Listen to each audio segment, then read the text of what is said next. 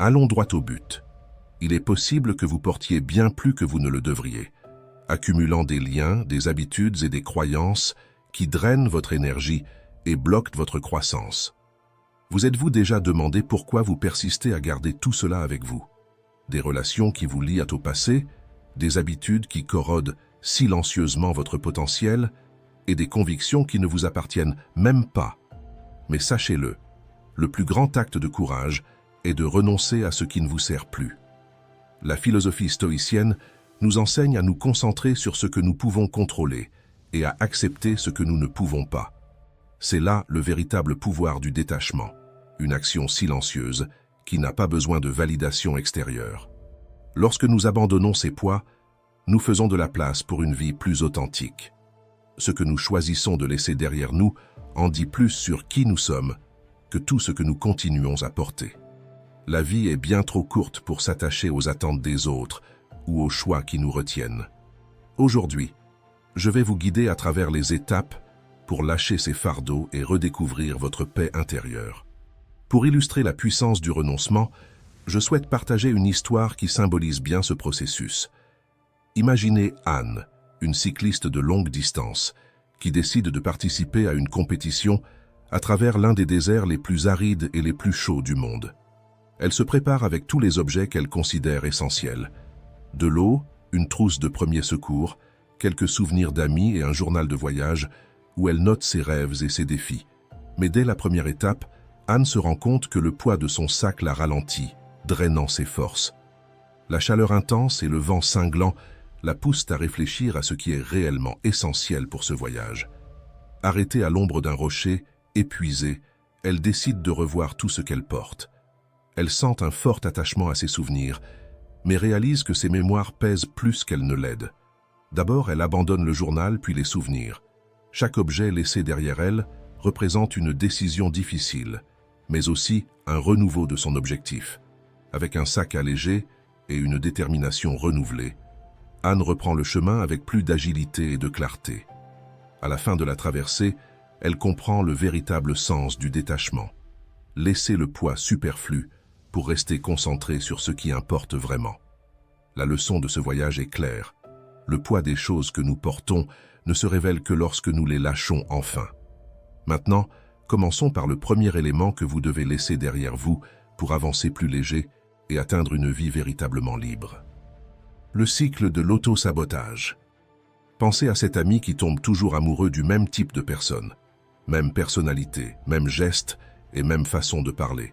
Au début, cela semble être une nouvelle relation, mais elle suit finalement le même cycle que les précédentes, où cette personne qui, peu importe où elle travaille, attire toujours des supérieurs autoritaires et arrogants.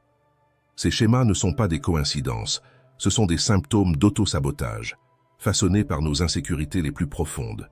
Ce sont des cycles que nous construisons inconsciemment, guidés par nos peurs et frustrations, des échos silencieux des histoires que nous portons en nous. Les anciens stoïciens, maîtres de l'autocompréhension, enseignaient que le premier pas pour rompre l'auto-sabotage est de regarder ces fantômes intérieurs avec clarté, ces parties de nous qui perpétuent le cycle. Chaque fois que nous permettons à ces erreurs de se répéter, nous renforçons le récit que nous avons construit sur qui nous sommes. Comme Épictète nous le rappelait, ce ne sont pas les choses elles-mêmes qui nous troublent, mais les jugements que nous portons sur elles. Et il avait raison, c'est le cœur de l'auto-sabotage. Quand nous nous laissons emporter par des jugements négatifs, nous créons des liens invisibles. Ce ne sont pas les erreurs qui nous emprisonnent, mais les interprétations que nous en faisons. Imaginez qu'après une relation ou une affaire échouée, vous commenciez à croire que rien ne fonctionne pour moi, ou que je ne suis pas assez bon. Répéter ces récits transforme ce qui pourrait être un apprentissage en une ancre, vous tirant vers le bas. Tant que vous ne voyez pas ces schémas répétitifs, ils continueront à façonner votre destin. Se libérer de l'auto-sabotage exige du courage pour regarder son esprit avec honnêteté.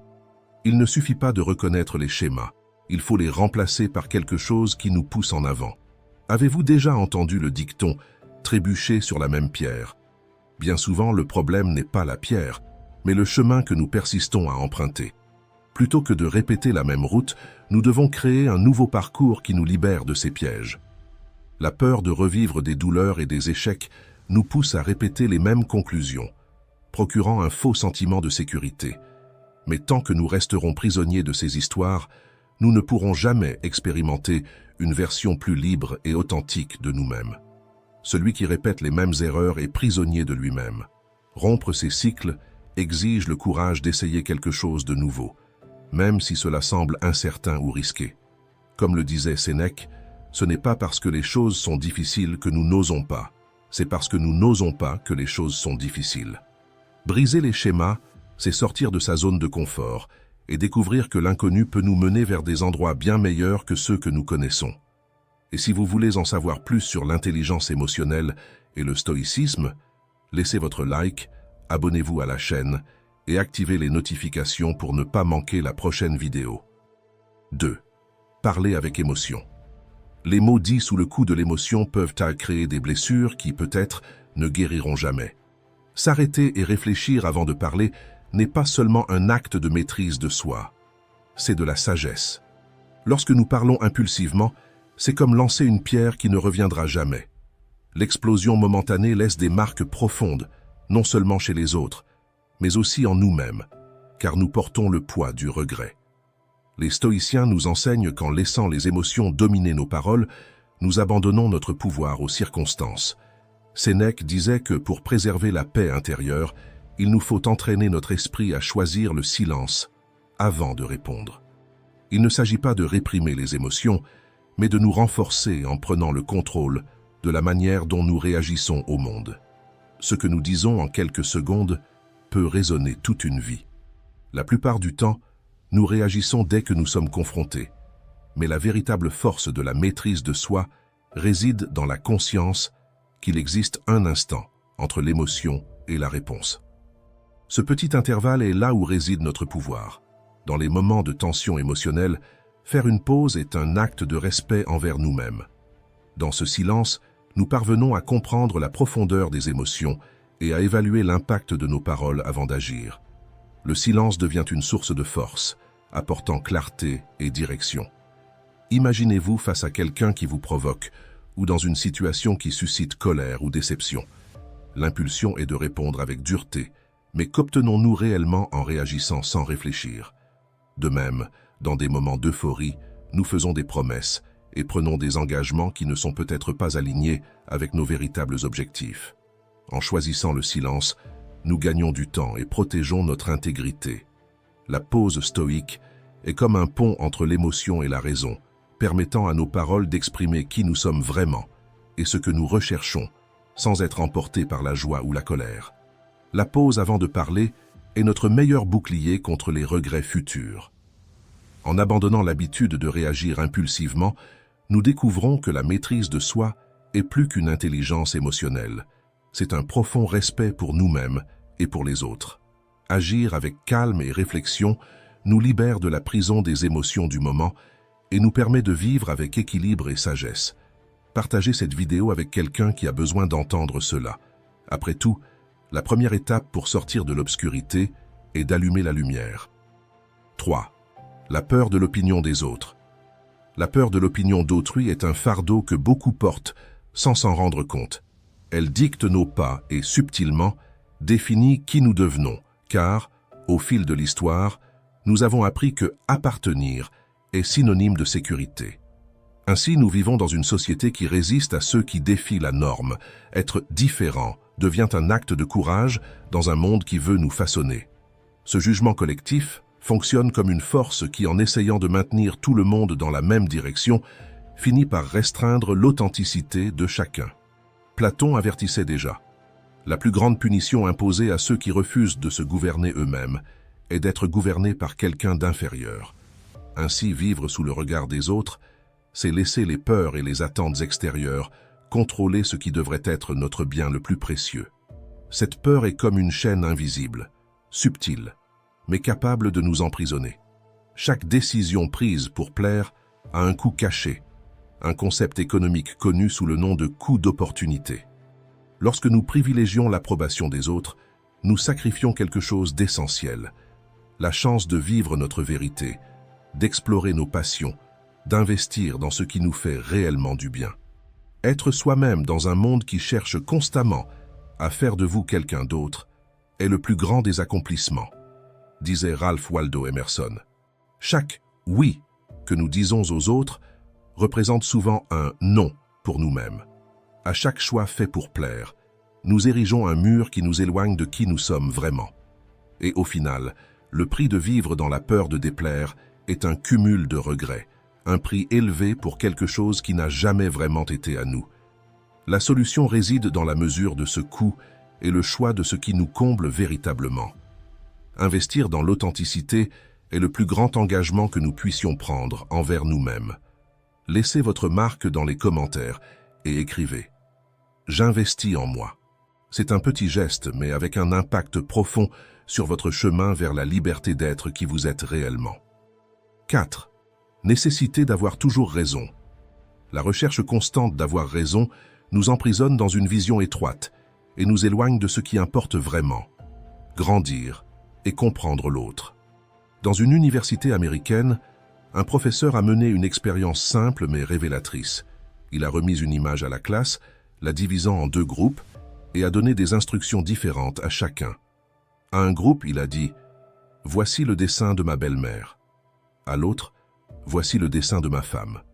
Sans se rendre compte qu'il regardait une illusion d'optique, une image pouvant être vue de 2 manières. Les étudiants ont rapidement commencé à défendre avec ardeur ce qu'ils voyaient. Certains voyaient une jeune femme de profil, d'autres, une femme plus âgée regardant vers le bas. Le débat s'est enflammé, chaque groupe étant convaincu de posséder la bonne interprétation. Le professeur a alors révélé la vérité. C'était la même image, mais avec des perceptions différentes, façonnées par des instructions et des attentes uniques. Cette expérience nous rappelle quelque chose de crucial. Notre perspective n'est pas l'unique vérité.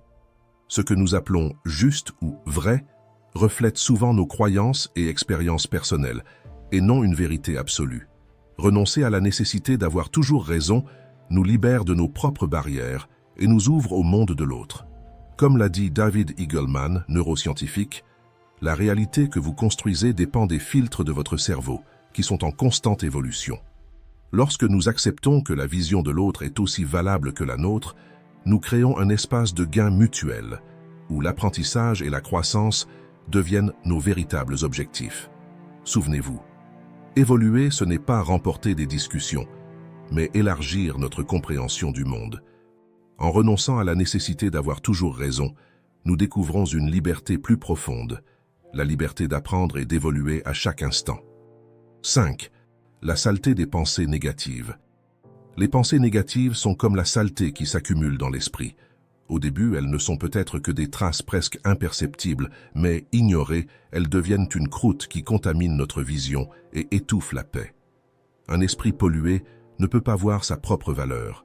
Il ne voit que l'ombre de ce qu'il craint. Ces pensées créent un cycle de peur et d'insécurité qui ronge notre confiance en nous et nous éloigne de notre véritable nature. Pour les stoïciens, la véritable purification ne consiste pas seulement à éloigner les pensées négatives, mais à en affronter l'origine. Épictète enseignait que ces pensées proviennent de croyances et de jugements déformés. Tout comme nous nettoyons notre corps, notre esprit a également besoin d'un soin constant pour rester sain et équilibré. Le premier pas est d'observer ces pensées lorsqu'elles émergent, en se demandant « Cette pensée contribue-t-elle à ma paix? Est-elle sous mon contrôle en ce moment ?» Si la réponse est non, visualisez-la en train de disparaître, comme quelque chose que vous choisissez de libérer, ouvrant ainsi un espace pour une clarté renouvelée. Écrivez une liste de bénédictions ou de réussites récentes. Chaque fois que vous sentez que votre esprit s'enlise dans la négativité, retournez à cette liste, en vous rappelant quelque chose de positif ou une personne pour qui vous ressentez de la gratitude. Ce simple geste est un exercice de présence, remplaçant le poids des pensées négatives par la valeur de la réalité. En fin de compte, chaque pensée que nous cultivons est comme une graine. Choisissez bien ce que vous souhaitez planter. Purifier l'esprit des résidus négatifs, c'est créer un espace pour une paix durable, une paix qui naît des choix conscients, renouvelés chaque jour.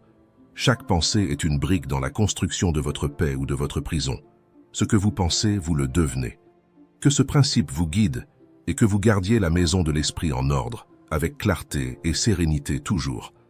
Avant de continuer, il faut que je vous dise, cette vidéo est arrivée jusqu'à vous parce que quelqu'un a aimé, s'est abonné à la chaîne et a commenté. C'est ainsi que YouTube comprend que notre contenu en vaut la peine et le propose à d'autres personnes qui en ont besoin. Alors faites de même et continuez cette chaîne de partage. Si, potin. Imaginez-vous dans une fête entourée de voix et de rires, lorsque quelqu'un murmure « As-tu vu le couple se disputer ?» ou « Tu as entendu ce qui lui est arrivé ?» L'envie d'écouter est presque immédiate, un réflexe de notre curiosité. Mais arrêtez-vous et réfléchissez. Avez-vous vraiment besoin de savoir?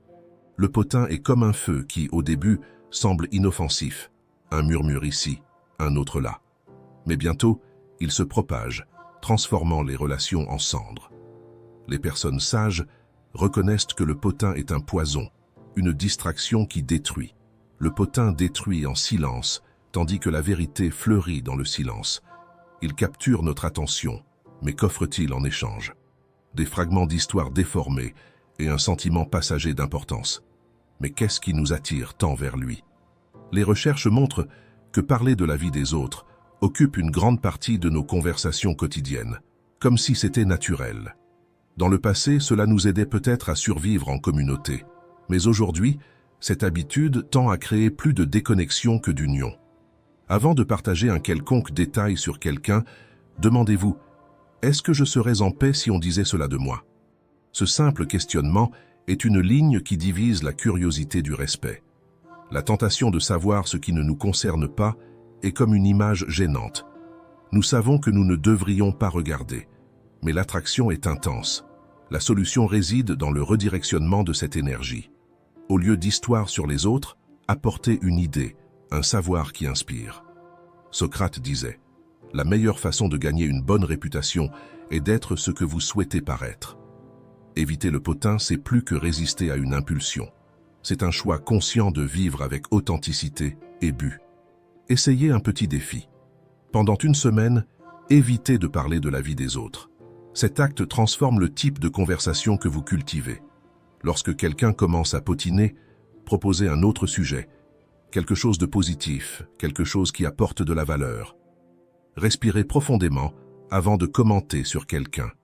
Ce moment de pause peut éviter des mots inutiles et ouvrir un espace pour le silence. Une pause consciente vaut mieux que 1000 mots dits dans la chaleur des potins. Et si vous glissez, ne vous en voulez pas. Le véritable changement vient de la réflexion sur l'impact des mots. Parler avec conscience est plus qu'un simple contrôle de soi. C'est un choix pour une vie plus centrée sur ce qui compte vraiment. Comme l'a dit Marc Aurèle, tout ce que nous entendons est une opinion, pas un fait. Tout ce que nous voyons est une perspective, pas la vérité. Le potin nous éloigne de cette vérité intérieure et de la sagesse qui fleurit dans le silence. 7. Le désir de tout contrôler. Nous avons seulement 24 heures dans une journée, mais nous insistons pour porter le poids du monde. Nous étendons nos bras pour tout retenir autour de nous, pensant qu'avec un contrôle total, nous pourrons écarter tout problème et prévenir toute souffrance. Mais est-ce vraiment possible?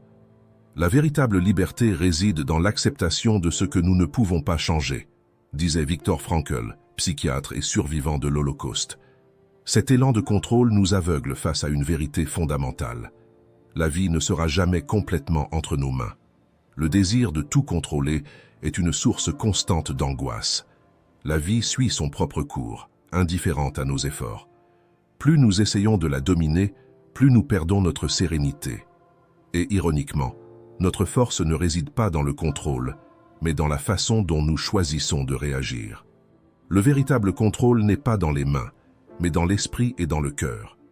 C'est le seul véritable contrôle que nous ayons, et il est libérateur. Quand nous renonçons à contrôler ce qui ne nous a jamais appartenu, nous ne renonçons pas. Nous nous permettons de vivre en paix. Sans cette libération, nous sommes condamnés à lutter contre chaque écart, chaque situation échappant à notre contrôle. Rappelez-vous, parfois le premier pas vers la paix est de lâcher ce qui ne nous a jamais appartenu. 8. Maintenir des relations toxiques. Les relations toxiques agissent comme la rouille. Silencieuses, corrosives et insidieuses, elles s'infiltrent là où on les attend le moins, compromettant notre paix et notre intégrité. Elles commencent de manière presque imperceptible, mais peu à peu elles usent le meilleur de nous-mêmes, consomment notre énergie, minent notre estime de soi et bloquent notre croissance.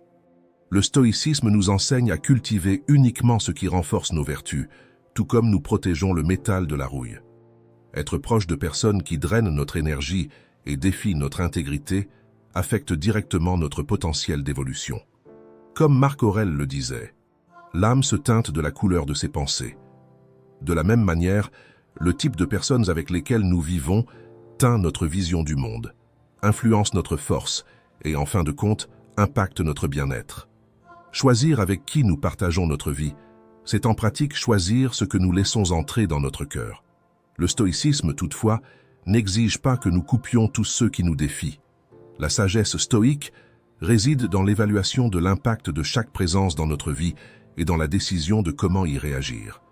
Bien que nous ne puissions pas contrôler le comportement des autres, nous avons la liberté de décider si et comment nous permettrons qu'ils nous affectent. La vraie force réside dans le fait de savoir éviter les conflits inutiles.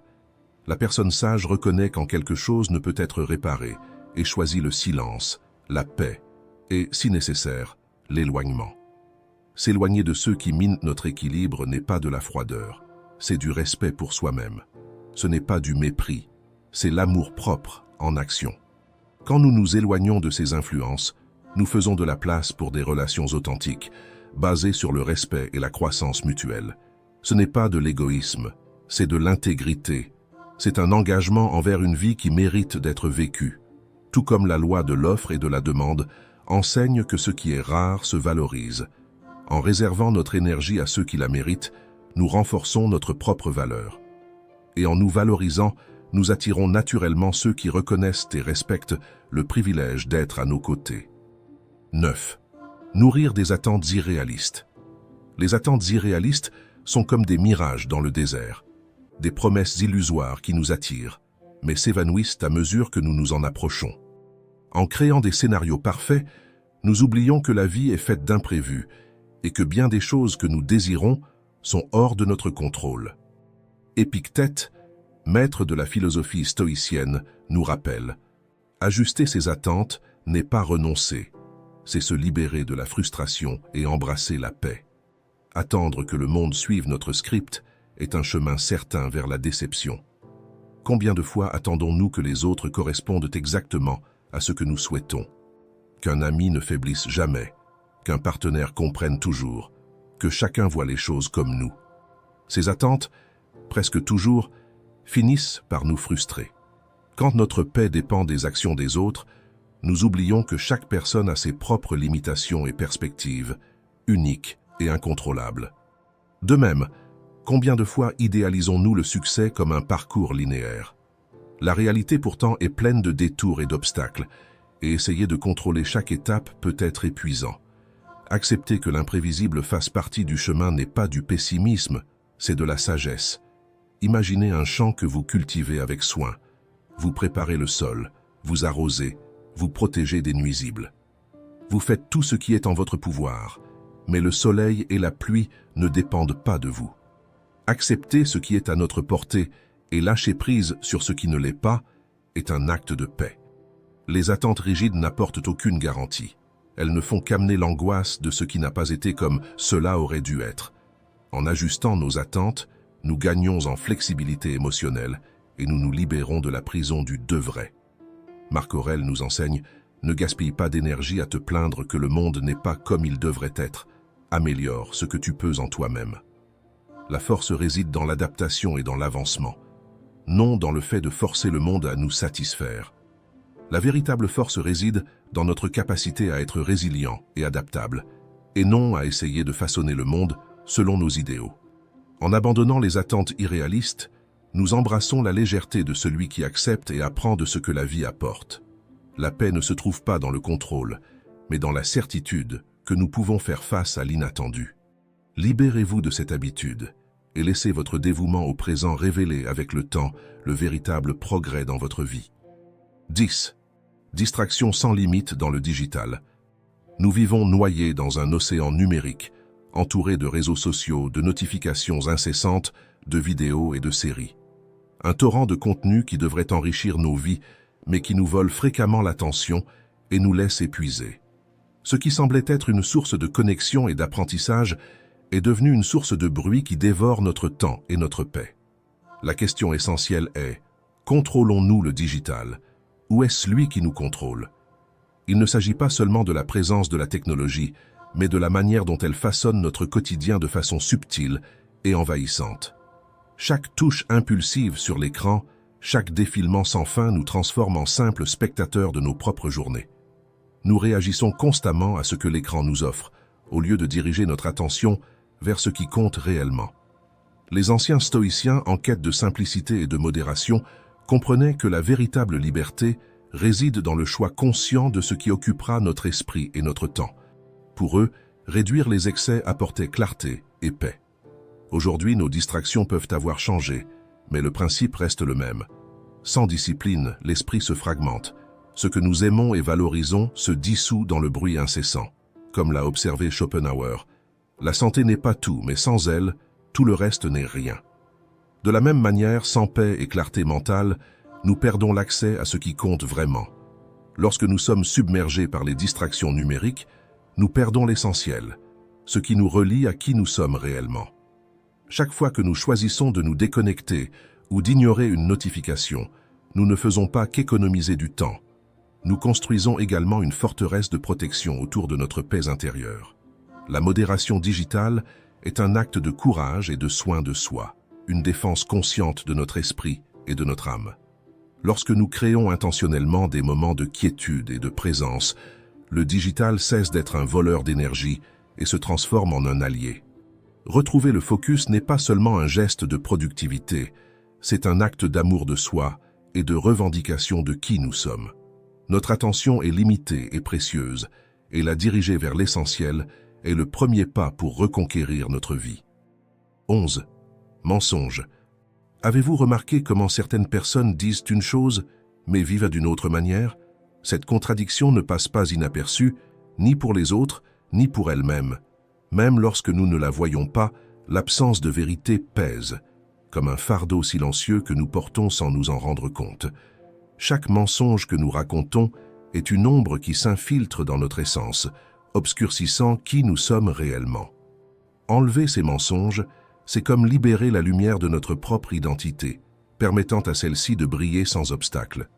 Mentir, c'est construire un mur invisible entre nous et notre paix. Plus il s'élève, plus nous nous sentons éloignés de qui nous sommes vraiment. Épictète nous rappelle « Commence par te dire ce que tu serais. Ensuite, fais ce que tu dois faire. » Choisir le chemin de la vérité est, avant tout, un pas vers notre vrai moi et, enfin, vers la réalité. Chaque mensonge est une fausse histoire qui nous oblige à jouer un rôle pour lequel nous n'avons jamais répété. Et, tôt ou tard, ce masque nous épuise. La pratique stoïcienne nous invite à l'introspection et à aligner nos actions avec nos convictions. En embrassant la vérité, nous trouvons quelque chose de plus profond, la paix. Vivre de manière authentique, c'est comme rentrer chez soi après un long voyage. Enfin, nous nous sentons en paix là où nous devons être. Être honnête n'est pas seulement une vertu, c'est une libération. Vivre sans masque nous libère d'un poids inutile, nous permettant d'avancer avec assurance et sincérité. Lorsque nous optons pour l'authenticité, nous gagnons plus que la paix. Nous conquérons la force de relations sincères. C'est comme enfin chausser la bonne paire de chaussures, celle qui nous permet de marcher sans douleur, avec confiance. Comme le dit Sam Harris, neuroscientifique, la liberté réside dans le fait de vivre sans avoir besoin de se cacher. Laissez les mensonges derrière vous, non par souci de moralité, mais pour que la paix et l'authenticité fleurissent, apportant clarté et confiance à votre vie. Commentez Courage stoïcien si vous êtes arrivé jusqu'ici. Et merci de partager ces instants de sagesse avec moi.